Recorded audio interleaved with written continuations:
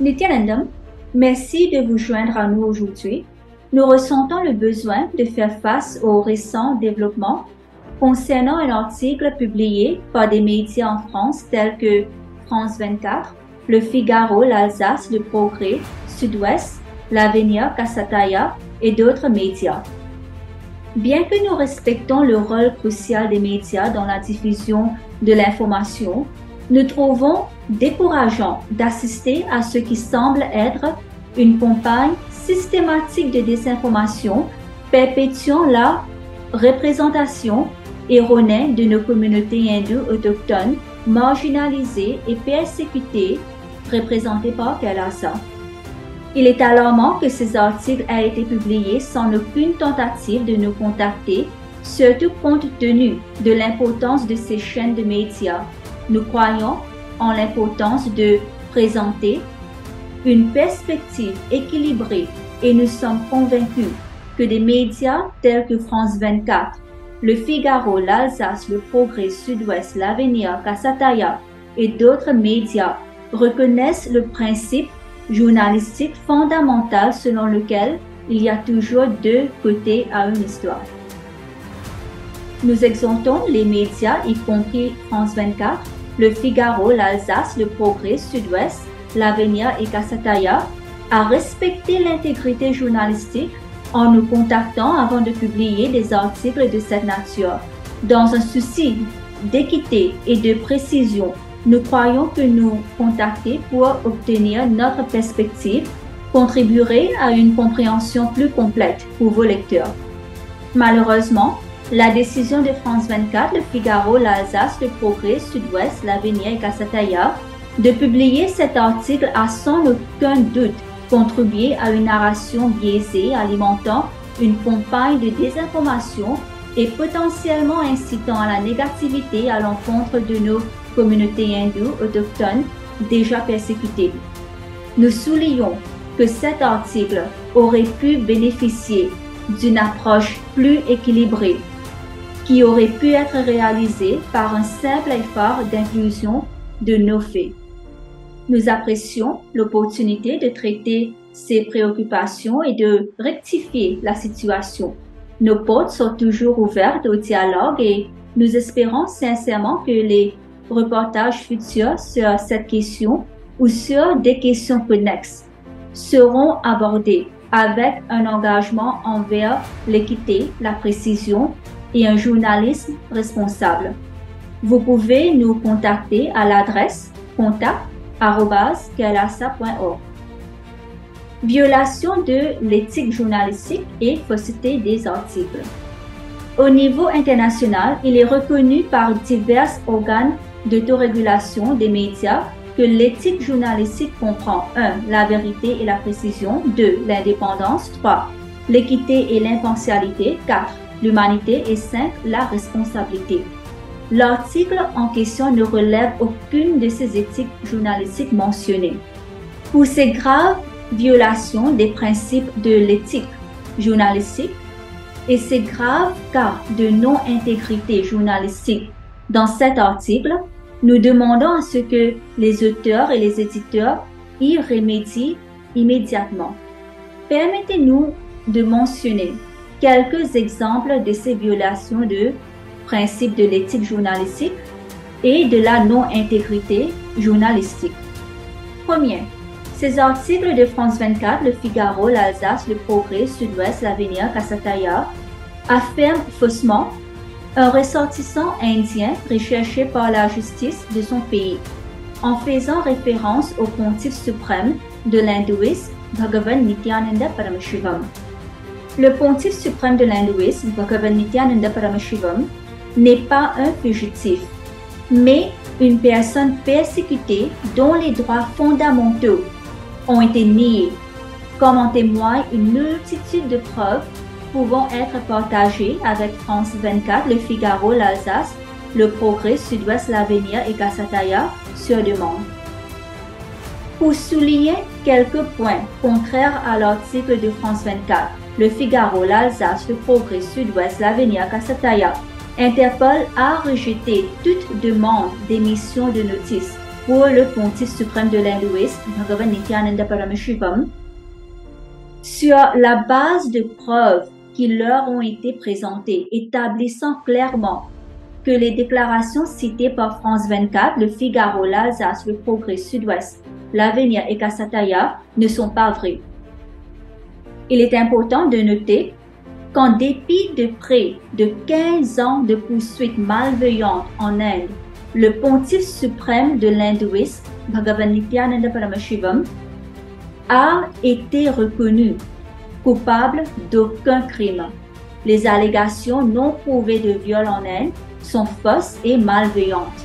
De plus, le pontife suprême de l'hindouisme, Bhagavan Nityananda Paramashivam, a été prouvé, a été déclaré innocent et disculpé dans le système judiciaire américain il y a plus de 10 ans.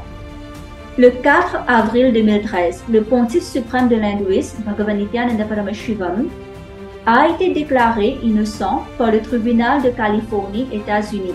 Le tribunal fédéral de l'Ohio s'est également prononcé en faveur du pontife suprême de l'hindouisme, Bhagavan Nityananda Paramashivam, et a infligé à la fausse victime une amende de près d'1 demi-million de dollars.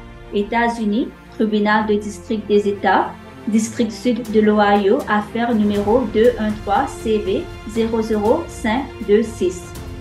L'omission des ordres du tribunal américain qui disculpe le pontife suprême de l'hindouisme, Bhagavan Nityananda Paramashivam, des fausses accusations et en même temps la diffusion active des désinformations concernant les fausses accusations mentionnées sont des indicateurs forts de la non-intégrité journalistique des auteurs, rédacteurs et éditeurs.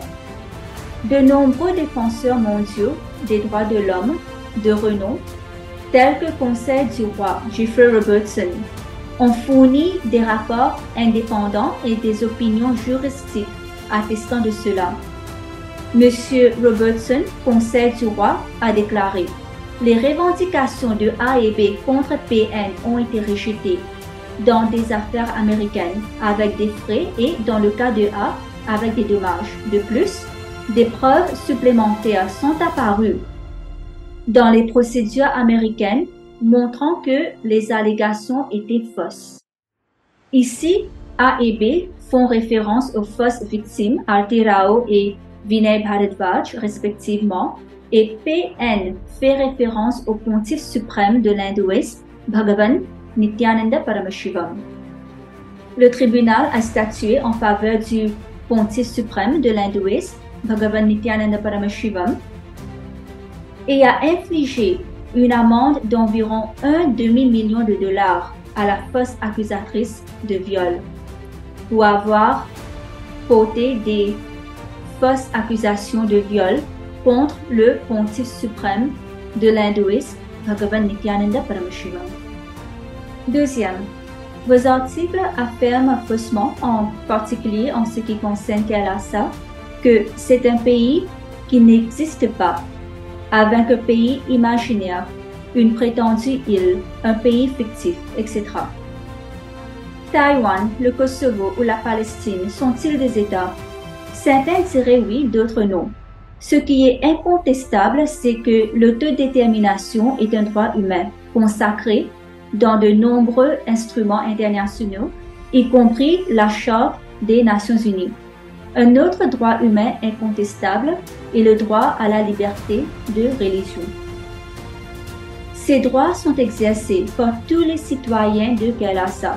Kailasa peut être moins reconnu par rapport à d'autres États, mais cela ne nie pas aux habitants de Kailasa l'exercice de leurs droits humains fondamentaux et de leur droit politique à établir des relations diplomatiques et à être reconnus.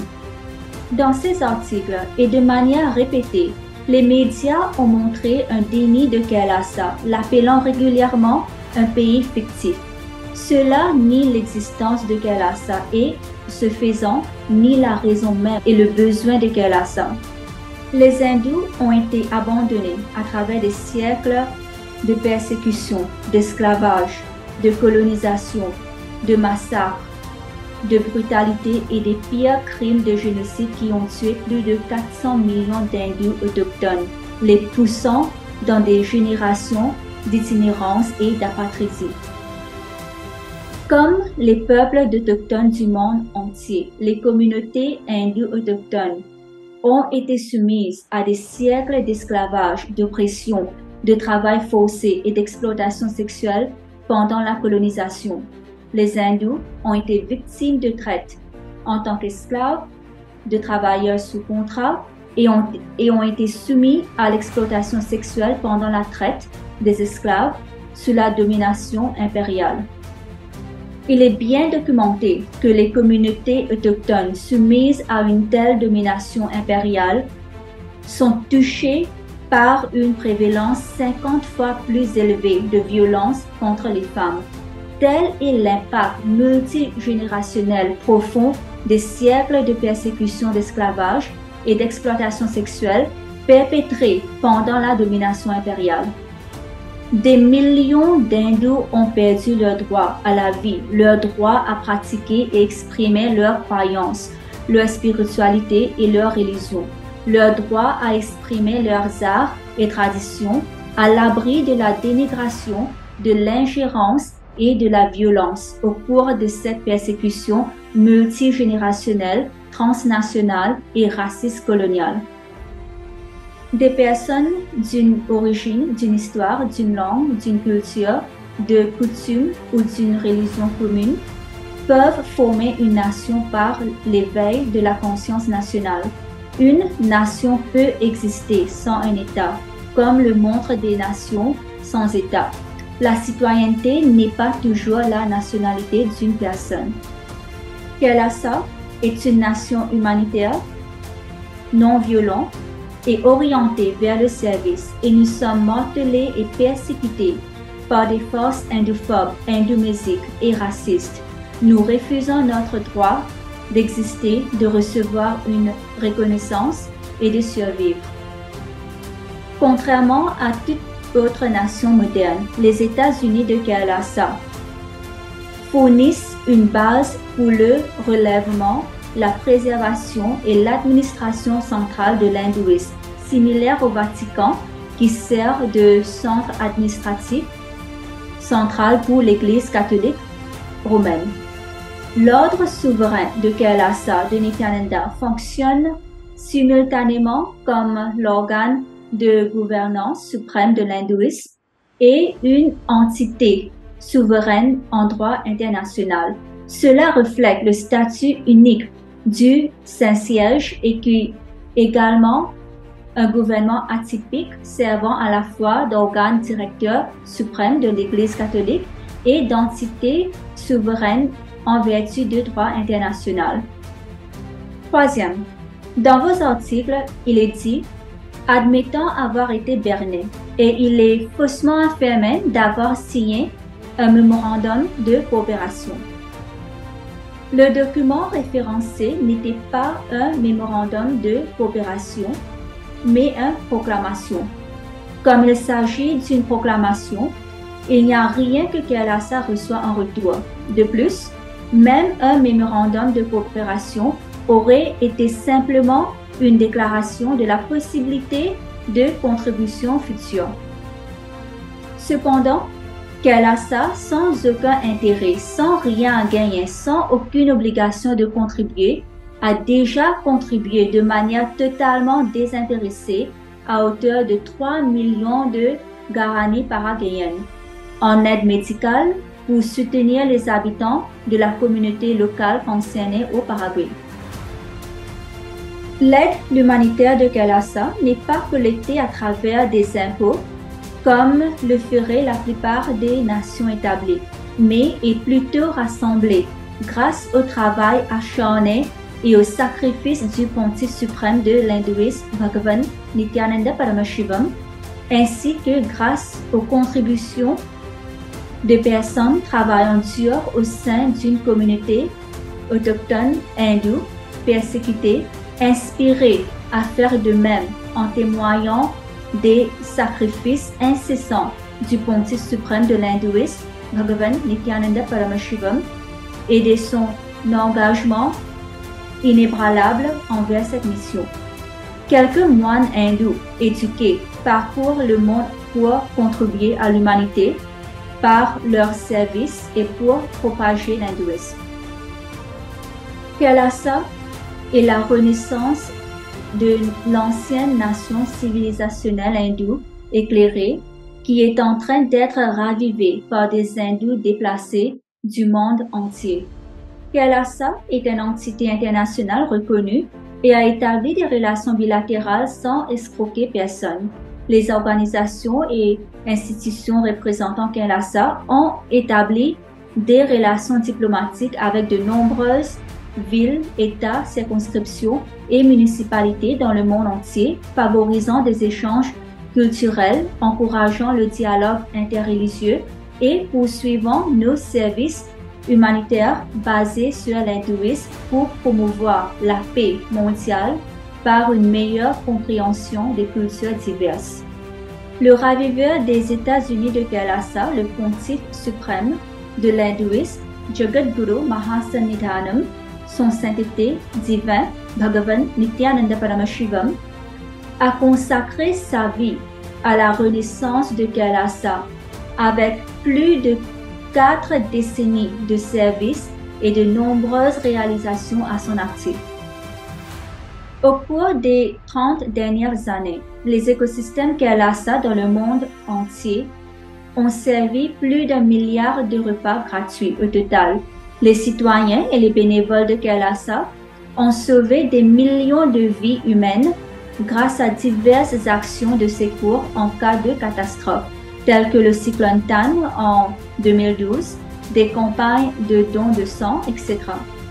En mai 2021, Kailasa a ouvert ses locaux de temple monastique communauté à Adinam, en Inde, pour fournir une quarantaine préventive à plusieurs niveaux, en tant que service gratuit pour protéger les gens de la pandémie de COVID-19.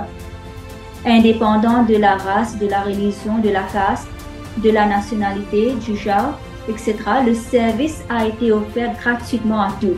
Au cours des 3 dernières années, à travers ces centres de quarantaine préventive, Kailasa a sauvé des milliers de vies sans aucun cas signalé d'infection par le COVID.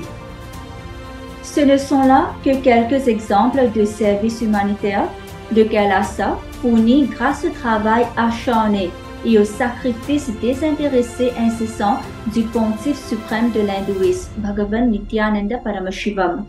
Les sacrifices et les efforts incessants du pontife suprême de l'hindouisme, Bhagavan Nityananda Paramashivam, ont inspiré des hindous du monde entier à faire des dons et à contribuer de leur temps et de leur talent à ces causes humanitaires.